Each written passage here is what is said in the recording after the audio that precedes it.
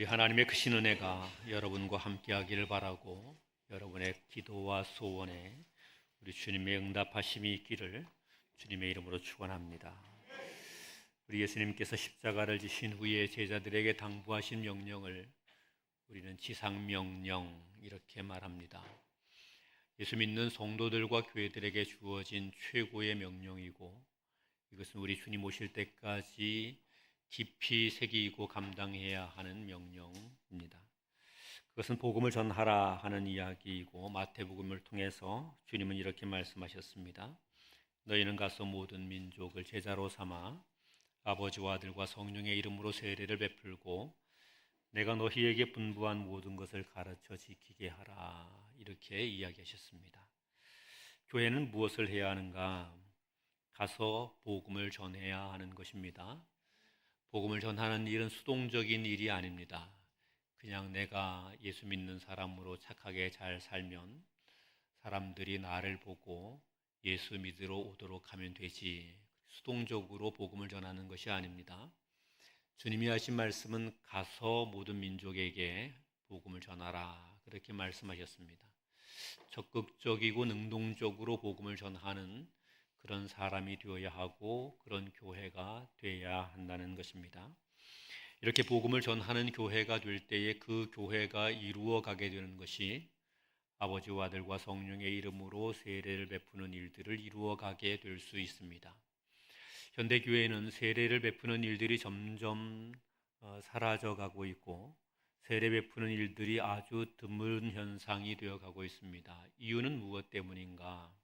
아이를 많이 낳지 않기 때문이기도 합니다. 그런데 이것이 핑계입니다. 애를 많이 낳으면 되지 애를 안 낳고 아이를 많이 낳지 않기 때문이다. 그렇게 말하니까 핑계입니다. 그런데 그 핑계는 또 다른 핑계입니다. 복음을 전하지 않으면서 핑계는 아이들이 없기 때문이다. 그렇게 이야기하고 있는 것입니다. 복음을 전해야만이 세례를 베풀 수 있는 은혜가 있게 된다는 사실입니다. 지금 우리 밖에는 예수 믿지 않는 사람들이 수없이 많습니다. 대학생들의 경우에는 3%에 채 미치지 못하는 대학생들이 예수를 믿는다고 합니다. 아니, 예수를 믿는 게 아니라 교회에 가끔 출석한다고 합니다. 3%에 미치지 못하는 학생이. 그러면 97%의 대학생들은 예수를 믿지 않거나 아예 교회를 안 나오는 사람들인 것입니다. 그러면 그 97%의 사람들은 세례를 받아야 될 사람들이죠. 왜 세례를 베푸는 일이 없느냐? 교회가 복음을 전하지 않기 때문이고 성도들이 복음을 전하지 않기 때문에 그렇습니다. 오늘 세례학습식입니다. 세례학습식에 대한 광고는 한 달 전부터 세례학습식에 대한 광고를 했습니다. 그런데 오늘 세례도 없고 학습도 없습니다. 입교하는 친구 하나가 있습니다. 얼마나 보배로운지 모릅니다. 그나마 입교하는 친구 하나가 있게 돼서 유아 세례를 받고 교회에서 잘 자라서 입교하게 됐으니 참 감사한 일입니다. 이따가 입교하게 될 때에 여러분 모두가 진심으로 크게 축하해주고 축복해주기를 바랍니다. 그런데 안타까워해야 할 일이 있습니다. 왜 우리에게 세례식이 없느냐? 여기에 대해서 안타까워해야 됩니다. 우리는 하나님 앞에 한 해를 지나면서 정말 복음을 많이 전했고 복음을 전함으로 예수 믿지 않던 사람들이 예수를 믿어 주님의 제자가 되는 일, 그 일을 했는가? 사실은 세례학습식이 우리의 성적표입니다. 교회의 예배 숫자가 많아진 것이 교회의 성적표가 아니고 교회의 세례학습을 받는 사람들이 얼마나 있는가가 교회가 주께서 우리에게 맡겨주신 복음 전파의 그 사명을 얼마나 잘 감당했느냐에 대한 성적표이기도 한 것입니다. 그러니 올해 우리는 성적이 그렇게 썩 좋지는 않습니다. 물론 다른 곳에서 하나님이 좋은 성적을 매겨주실 것이라고 믿기는 합니다. 세례를 베풀라 이렇게 말씀하신 그 주님은 세례를 베풀라는 데서 끝내지 않았습니다. 내가 너희에게 분부한 모든 것을 가르쳐 지키게 하라. 세례를 받게 되면 그 세례를 받게 된 사람들이 예수를 믿고 듣고 예수 그리스도의 말씀을 듣고 예수님이 분부하셨던 그 이야기들을 잘 지켜가는 사람들이 되게 하는 것, 그것이 교회의 일입니다. 다른 건 모르지만 우리 교회는 이 세 번째 것은 잘하고 있다, 그렇게 생각이 됩니다. 우리 성도들이 믿음으로 교제하고 말씀으로 순종하고 다양한 형태로 헌신하고 있는, 그리고 아름다운 교제를 이루어가고 있는 이 모습, 주님의 말씀을 잘 지켜가는 일, 그 일은 감당하고 있다, 이렇게 생각이 됩니다. 저는 우리 교회가 내년에는 4월 달에도 그리고 10월 달에도 세례 베푸는 사람들이, 세례를 받게 되는 사람들이 많아지게 되기를 원합니다. 우리 하나님께서도 그 일을 기대하고 계실 것이고, 우리가 그 일을 위해서 기꺼이 나가 복음 전하는 사명들을 잘 이루어낼 수 있게 되기를 우리 주님의 이름으로 축원합니다. 세례를 베푼다고 말할 때 그 세례, 이것은 어떤 것입니까? 세례를 행하는 방식은 크게 두 가지 방식이 있습니다. 하나는 침례라는 방식이 있고, 하나는 약식 세례라는 방식이 있습니다. 우리 교회에서는 침례는 행하지 않고 약식 세례로 세례를 베풀게 되죠. 대개 침례교회나 순복음교회, 오순절교회들은 침례를 행합니다. 침례를 행하기 때문에 침례하기 위해서 별도의 공간으로 다시 옮겨가서 침례를 하고, 때로는 목욕탕에서 침례를 하고, 때로는 수영장에 가서 침례하고, 때로는 강가에 계곡에 가서 침례를 행하게 되기도 합니다. 어떤 분들은 침례를 행하기 위해서 일부러 성지순례를 가서, 그래서 요단강에서 침례를 행하는 그런 일들도 있다고 합니다. 그런 분들은 아마 요단강에서 침례를 행하면 잊지 않는 추억이 될 거예요. 성지순례 가서 요단강에서 침례를 행하면 참 잊지 않는 추억이 될 것 같습니다. 그때 요단강 물이 깨끗해야 되는데 더러우면 매우 심각합니다. 침례를 행하게 되는 일, 이것이 처음 세례를 베풀었던 그런 모습이죠. 그런데 이 침례를 베푸는 일과 약식 세례를 행하는 일은 크게 다르지 않습니다. 의미에 있어서 동일하고 그 형식이 그렇게 중요하지는 않습니다. 그럼 세례를 베푼다는 그 의미는 무엇인가? 세례는 물에 들어갔다가 나오는 것이고, 물을 뿌리는 행위잖아요. 물에 들어갔다가 나오거나 물을 뿌리는 행위, 그 행위를 통해서 보여주거나 제시하고 싶은 것이 있는 것인데, 그것은 씻는다는 의미입니다. 세례는 씻는다는 의미를 갖고 있습니다. 죄를 가진 우리들이 하나님의 은혜로 말미암아 예수 그리스도의 피로 말미암아 그 죄를 씻게 되었을 때 그 죄의 씻음에 대한 의미로 물을 뿌리거나 또는 물에 담그는 침례를 통해서 이 세례를 행하게 되는 거죠. 그리고 이제 이 세례를 하게 되면 이 세례를 받은 사람이 하나님의 백성, 하나님의 교회 공동체의 구성원이 드디어 되게 되는 것입니다. 그래서 고대 근동아시아에서는 세례식과 같은 예식들이 어떤 단체의 회원 가입 절차, 멤버십을 얻게 되는 절차, 그런 의식이 되기도 했던 것이죠.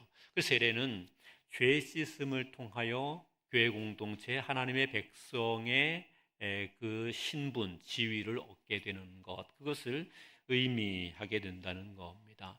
세례 받으니까 죄를 씻게 되잖아요. 하나님의 백성의 지위를 얻게 되잖아요. 그래서 하나님의 백성으로서 구원을 받게 되고 하나님의 은혜와 복을 누리게 되어지지요. 사람들은 이렇게 생각합니다. 세례 받았다는 말은 죄를 씻었다는 말이고 하나님 백성이 되었다는 말이니까, 그러니까 성경은 이렇게 말하거든요.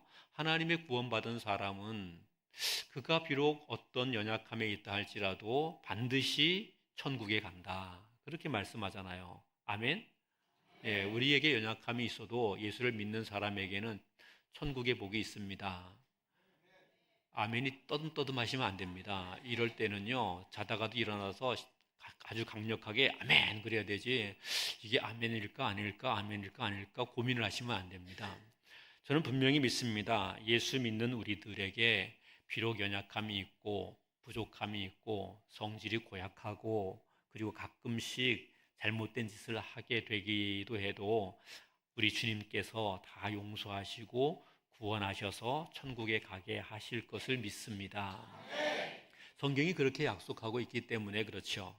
그런데 세례를 받는다는 말은 죄를 씻었다는 말이고 하나님의 백성이 되었다는 말이잖아요. 사람들이 이렇게 계산을 해보는 겁니다. 세례를 받았어. 죄를 씻었지. 그리고 하나님 백성이 됐어. 하나님 백성이 됐으면 어떤 연약함에 있어도 반드시 구원받는다고 했으니까 이제부터는 죄를 조금 지어도 괜찮겠네. 논리적으로는 맞지요. 그렇지 않습니까? 이제부터 죄를 좀 지어도 천국 가지요. 그렇죠? 논리적으로 맞죠. 그래서 세례 받음이라는 것을 이제부터는 죄를 조금씩 지어도 괜찮게 되는 것이다. 그렇게 생각을 하는 사람들이 간혹 있습니다.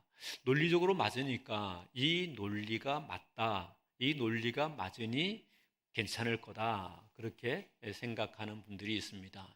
여러분이 기억하셔야 되는 것이 있습니다. 우리 주님께서 세례를 베풀게 하셔서 죄를 씻어주시고 하나님 백성 되게 하실 때에 우리가 죄를 계속 짓기를 원하겠습니까? 아니면 죄를 안 짓기를 원하시겠습니까?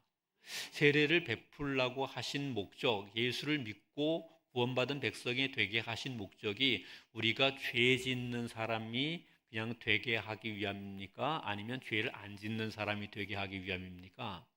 죄를 안 짓는 사람이 되게 하기 위함이시죠. 그러니까 세례를 베푼다는 말은 죄를 더 이상 죄를 범하는 사람이 더 이상은 되지 말라 하는 그런 의미가 이 속에 담겨 있는 거잖아요. 그런데 사람들이 논리라는 것을 통해서 죄를 지어도 괜찮은 거야 라고 여기게 만듭니다. 그렇게 생각합니다. 논리는 완벽합니다. 논리가 완벽하니까 괜찮다고 여기지요.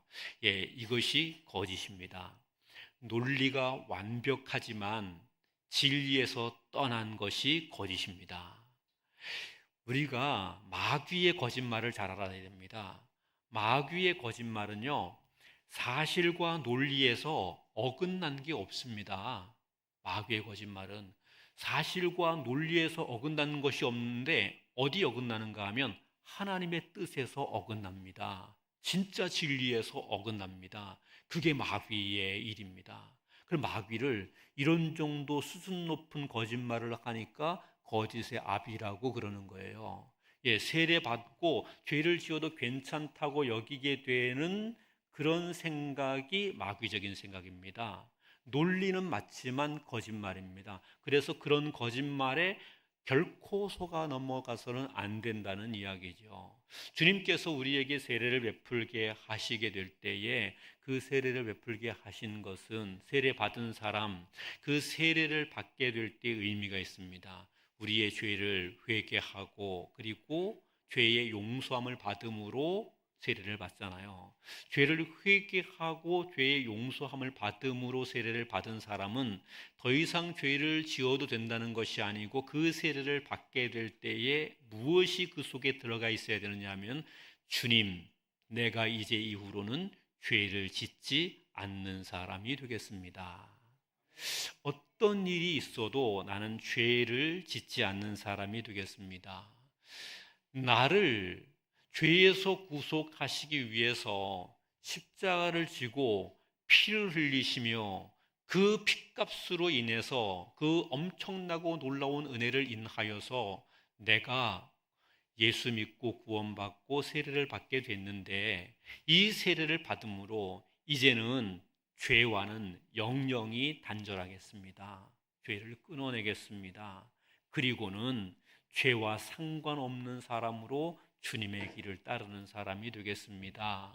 이 고백이 세례의 의미 속에 있다는 말입니다. 여러분, 그래서 여러분은 어떤 존재인가 하면요, 따라합시다. 나는 더 이상 죄를 지을 수 없어.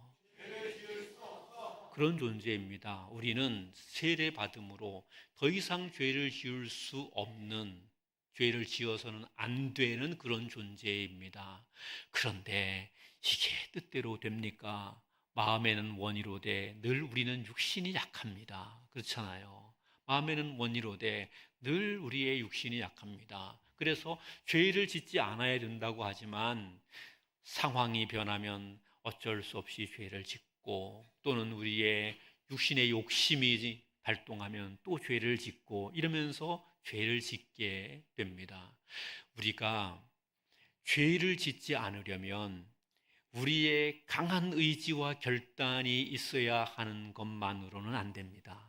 우리의 결단이나 의지라는 것은 우리 속담이 잘 말해줍니다. 작심삼일. 예, 이 작심삼일, 3일을 넘기기가 힘듭니다. 예, 그것을 넘긴 사람이 3달을 넘기기가 힘듭니다.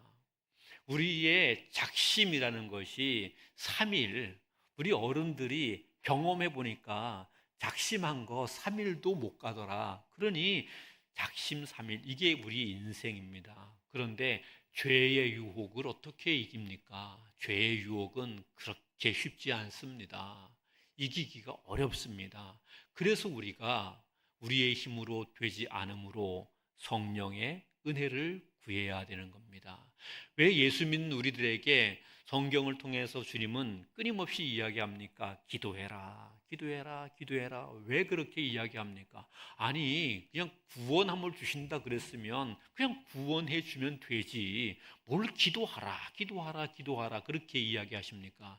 이유는요, 우리가 하나님의 복된 은혜의 사람으로 살아갈 수 있으려면 우리의 힘으로 안 된다는 거예요. 우리의 능력으로 안 된다는 거예요. 누가 도와줘야 돼요? 하나님이, 성령님이 도와주셔야 돼요. 그래서 우리가 기도함으로 성령의 은혜를 힘입고, 기도함으로 성령의 보호하심, 하나님의 도우심을 힘입어서 죄를 이겨나가게 되는 거예요. 죄에 대하여 승리하여 가게 되는 거예요. 때로는 실패했을 때 성령으로 인하여 다시 힘을 얻고 다시 또 이겨가게 되는 거예요.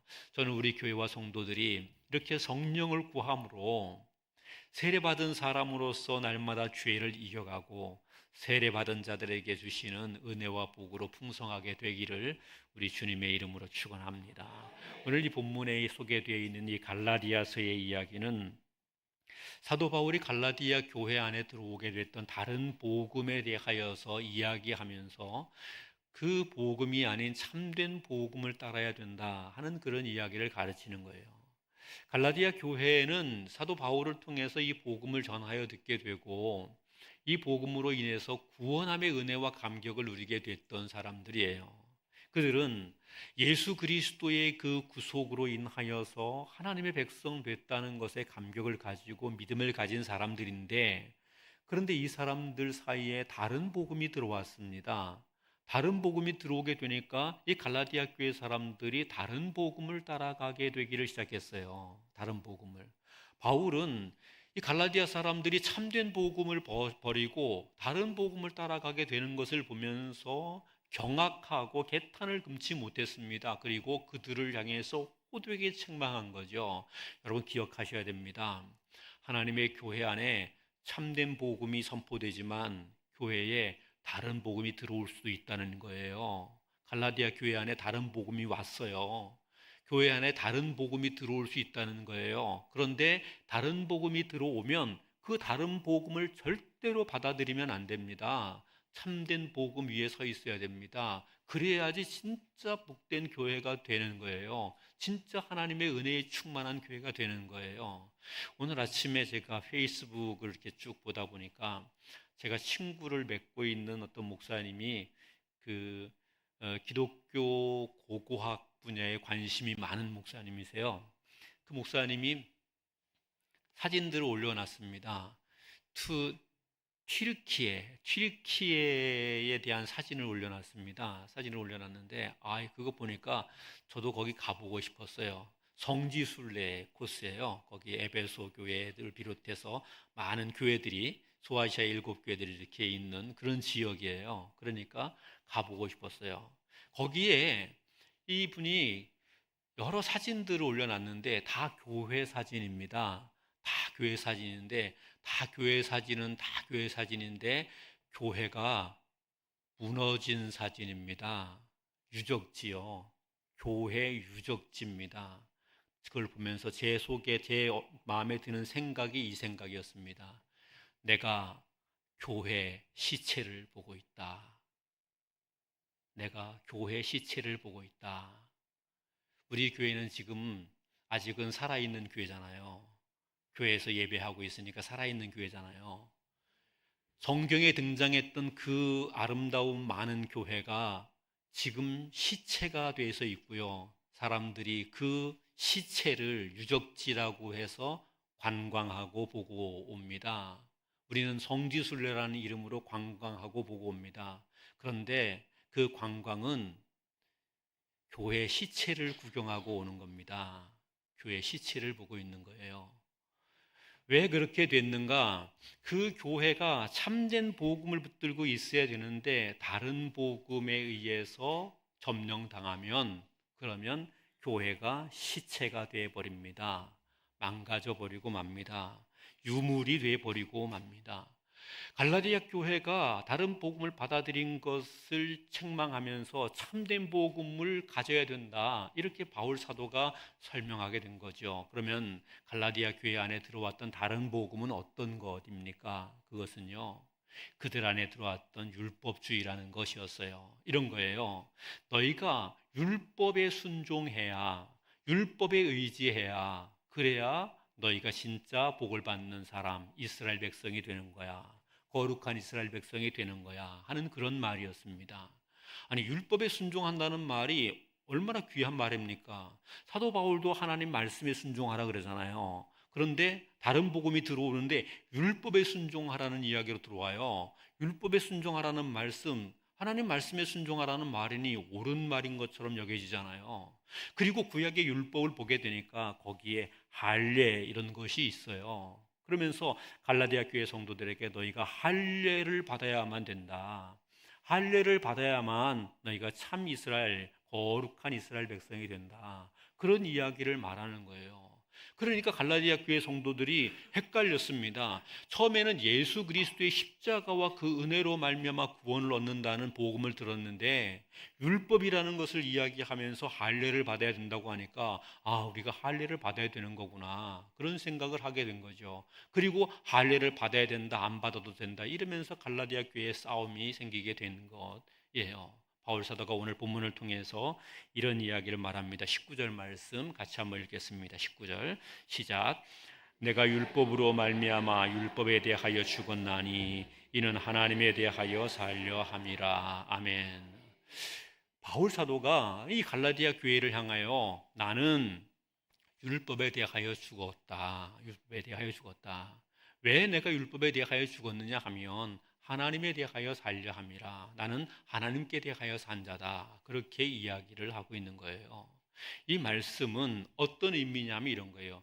율법이라고 여기 말씀하고 있는 이야기는 당시 갈라디아 교회 안에 퍼져 있던 할례에 대한 이야기를 말하는데요, 할례 의식을 행하여야 된다고 하면서 율법에 소개된 그 의식에 의존되어 가게 되는 갈라디아 교회 성도들에 대하여 책망하는 거예요. 율법의 의식, 종교적 의식에 의존하지 말아라. 네가 종교적 의식에 의존할 것이 아니라 너는 하나님께 의존하는 사람이 되어야 된다, 그렇게 말씀하는 거예요. 우리가 주일을 예배하러 오잖아요. 예배하러 오게 돼서 예배하는 행위 자체는 의식입니다. 그렇잖아요. 예배하러 온 행위 자체는 의식이에요. 그런데 어떤 사람이 이렇게 생각을 해요. 예배하러 오게 돼서 이 예배 자리에 앉아 있다가 예배 시간 마치고 가게 되면 그러면 내가 한 주일에 행해야 할 종교적인 의무를 다한 것이라고 생각을 해요.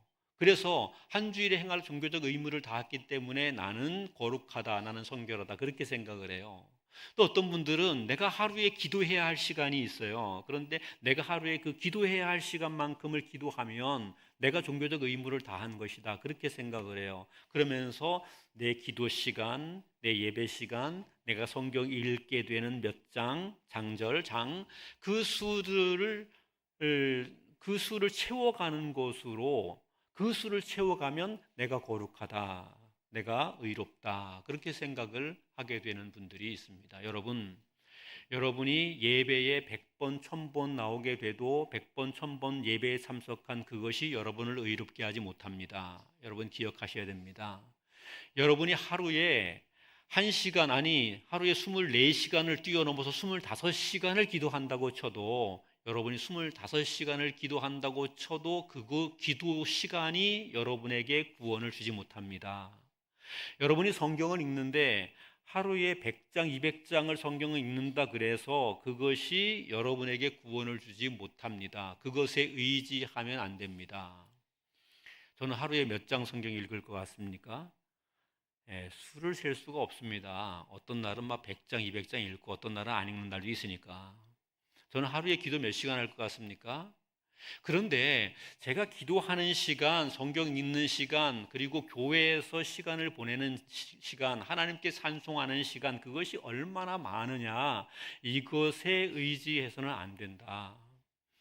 율법에 의지한다는 말이 바로 그런 것입니다. 종교적인 의식에 의지하는 것, 그거 안 된다는 겁니다. 그것에 의지하도록 만들어가게 되는 일이 다른 복음이다. 다른 복음이다. 그것에 의지하는 것이. 진짜 복음은 뭐냐? 예배에 나오게 됐으면 예배를 통해서 누구를 만나야 돼요? 하나님을 만나야 하는 겁니다.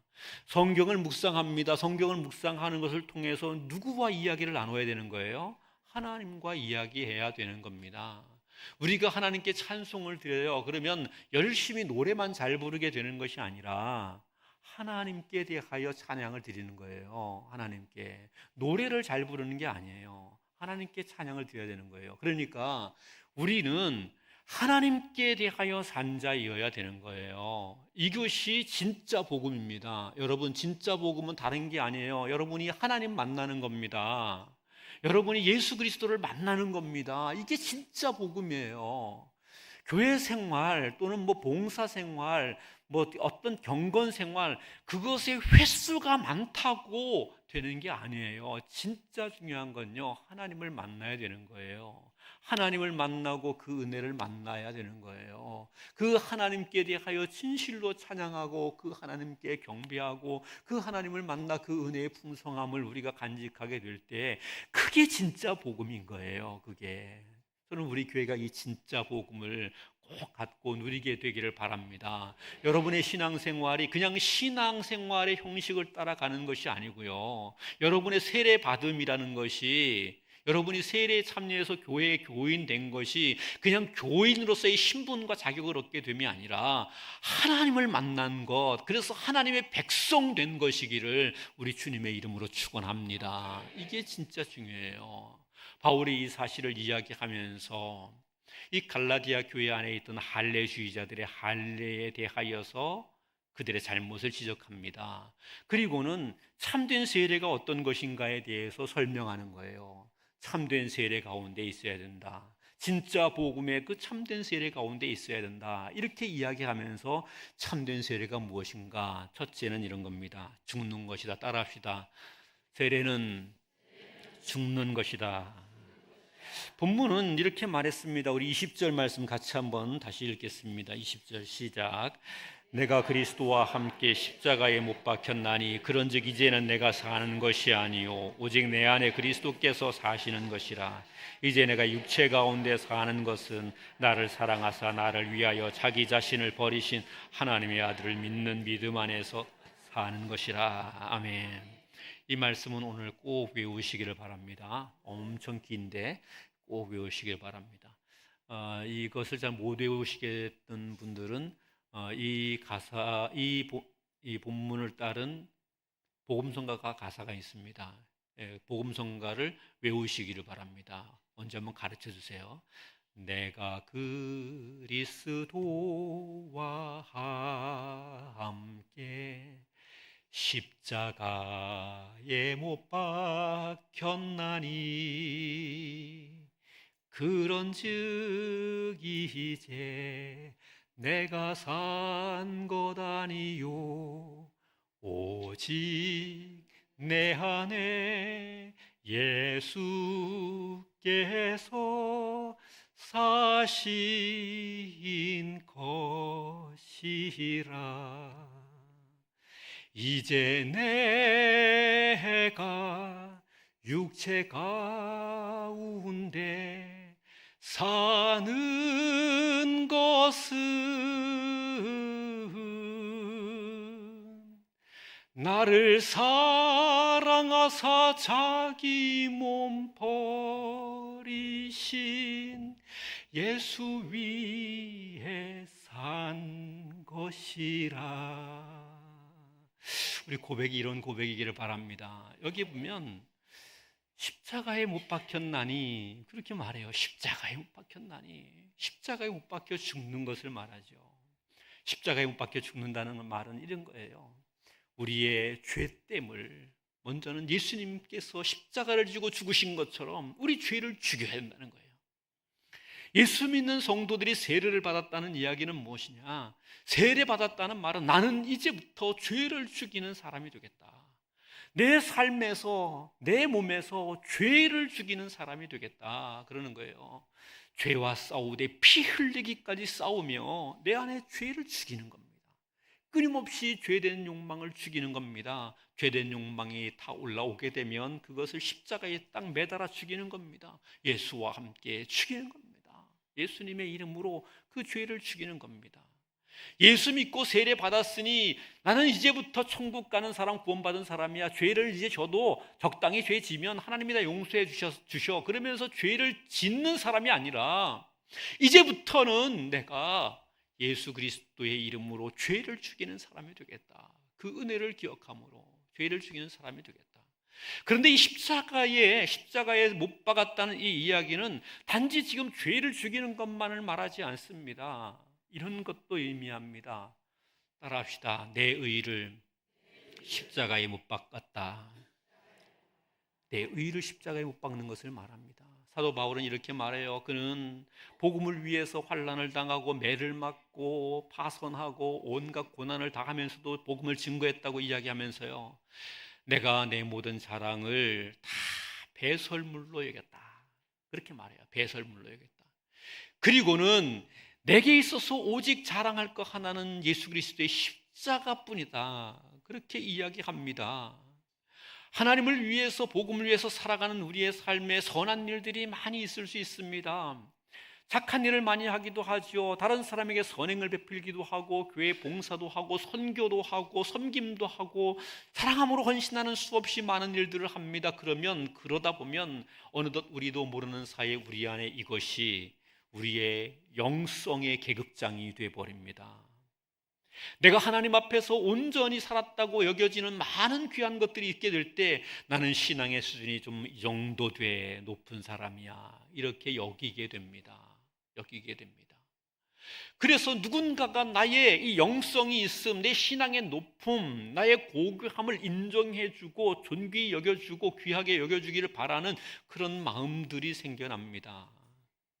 모든 목사님들이 원하는 칭찬은 오늘 목사님 설교에 은혜가 있었습니다, 은혜 많이 받았습니다, 그런 얘기를 모든 목사님들이 원합니다. 뭐든이라고 그랬습니다. 뭐든이라고 그랬으니까 저도 포함됩니다. 그렇죠? 모든 목사님들 그리고 은혜 많이 받았습니다 얘기를 가끔씩은 좀 해주십시오. 좀 힘 좀 나게. 우리 교인들은 인색해서 잘 안 해. 근데 좀 가끔씩은 좀 해주십시오. 그래야지 좀 힘이 나지. 그런데 그런 욕구들이 생겨납니다. 그리고 사람들이 설교를 잘한다는 얘기를 자꾸 하면, 그러면 이렇게 나 설교를 잘하는 사람이야, 나 설교에 수준이 있는 사람이야, 하나님 말씀 전하는데 나는 능력이 있는 사람이야, 이러면서 약간 어깨가 올라가게 되는 경우가 있습니다. 그런데 주님이 이렇게 말해요. 그거 십자가에 못 박아라. 그거 십자가에 못 박아야 된다. 세례받은 사람이라면, 예수 그리스도의 십자가를 바라보며 세례받은 사람이라면 그 영광을 십자가에 못 박아야 된다. 내가 하나님 앞에 성실하게 살았고, 순종하며 살았고, 헌신하며 살았고, 봉사하며 살아서 그래서 하나님 앞에 많은 아름다운 일들을 이루었으면 그것 십자가에 못 박아야 된다. 그게 세례받은 자의 모습이다, 그렇게 말하는 거예요. 사랑하는 성도 여러분, 오늘 우리가 이루게 되는 모든 우리의 우리 육신의 의를 십자가에 못 박는 자이기를 원합니다. 이게 진짜 세례받은 자이고 이게 복음을 따라 살아가는 사람인 거예요. 그리고는 이야기합니다. 이제 내가 육체 가운데 사는 것은 나를 사랑하사 나를 위하여 자기 몸을 버리신 하나님의 아들을 믿는 믿음 안에서 사는 것이라. 이제 내 육체에 살아가는 모든 삶은 나를 사랑하신 예수 그리스도를 나타내는 삶, 바로 그 삶이 되는 것이다. 세례의 두 번째 의미는 그래서 사는 것입니다. 사는 것. 내 육체 가운데 그리스도께서 살게 하는 것, 그것입니다. 전에는 세상의 것을 구하며 사는 사람이었지만 이제 그것을 포기하고 하나님의 말씀, 복음, 하나님의 나라, 영생, 구원, 하나님과 동행함의 기쁨, 이런 것들을 추구하며 사는 겁니다. 예수 그리스도의 심장으로 그리스도께서 사랑하신 것을 사랑하고 그리스도께서 미워하신 것을 미워하며 사는 겁니다. 이 땅을 살아가면서 예수님을 닮아 예수님의 모습을 드러내는 삶으로 사는 것입니다. 내가 사는 것이 내 이름, 내 가치를 드러내는 것이 아니고 내가 사는 그것으로 내 주님, 내 사랑하는 예수님의 은혜를 나타내며 사는 겁니다. 내가 나로 살지만 내가 사는 그 자리가 바로 나를 통해서 예수님이 사시는 자리가 되게 하는 것입니다. 이게 세례받은 자가 살아야 하는 참된 복음이라는 말씀입니다. 사랑하는 성도 여러분, 오늘 우리의 세례는 어떻습니까? 우리 세례는 어떻습니까? 세례를 이루라는 복음적 명령은 어떻게 수행하고 있습니까? 한 해를 지나며 하나님 앞에 부끄럽고 죄송스러운 모습입니다. 내년에는 많은 세례자들이 우리 교회 안에서 일어나는 일을 위해 우리가 함께 협력하고 헌신하고 섬길 수 있게 되기를 바랍니다.